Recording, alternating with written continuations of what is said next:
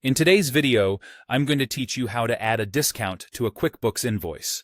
Whether you're offering a special deal to a loyal customer or simply need to adjust an invoice for promotional reasons, QuickBooks makes it easy to apply discounts directly to your billing documents.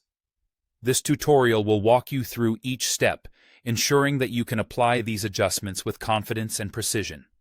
Once you're all signed in and your identity is verified, it's time to get down to business. The first thing you'll want to do is locate the Invoices section. You can do this by navigating to the New button. It's generally located right on the dashboard or within the Sales tab, depending on your specific layout in QuickBooks. By clicking on New, you'll see a menu pop up with various options for creating new entries, including invoices. After you select Invoice, you'll be directed to a fresh page where you can start customizing your invoice. The first step here is to add your customer. Now, if you've invoiced this customer before, their information should already be saved in QuickBooks. If not, no worries. You can quickly add a new customer by entering their details, such as their name, contact info, and billing address. Next up, you'll want to add the product or service you're invoicing for. QuickBooks lets you choose from items you've previously added, or you can create a completely new item on the spot. Be sure to fill in the necessary details like the product name, description, and price. Now we arrive at the crucial part, adding your discount.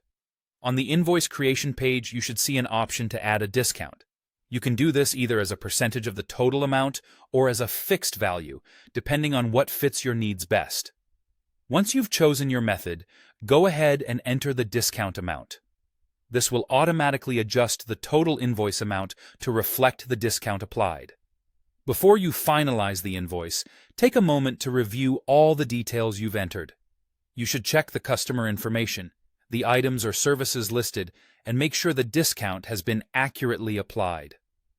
If you need to make any adjustments, now's the time to correct any details. Once everything looks good, it's time to save and send the invoice.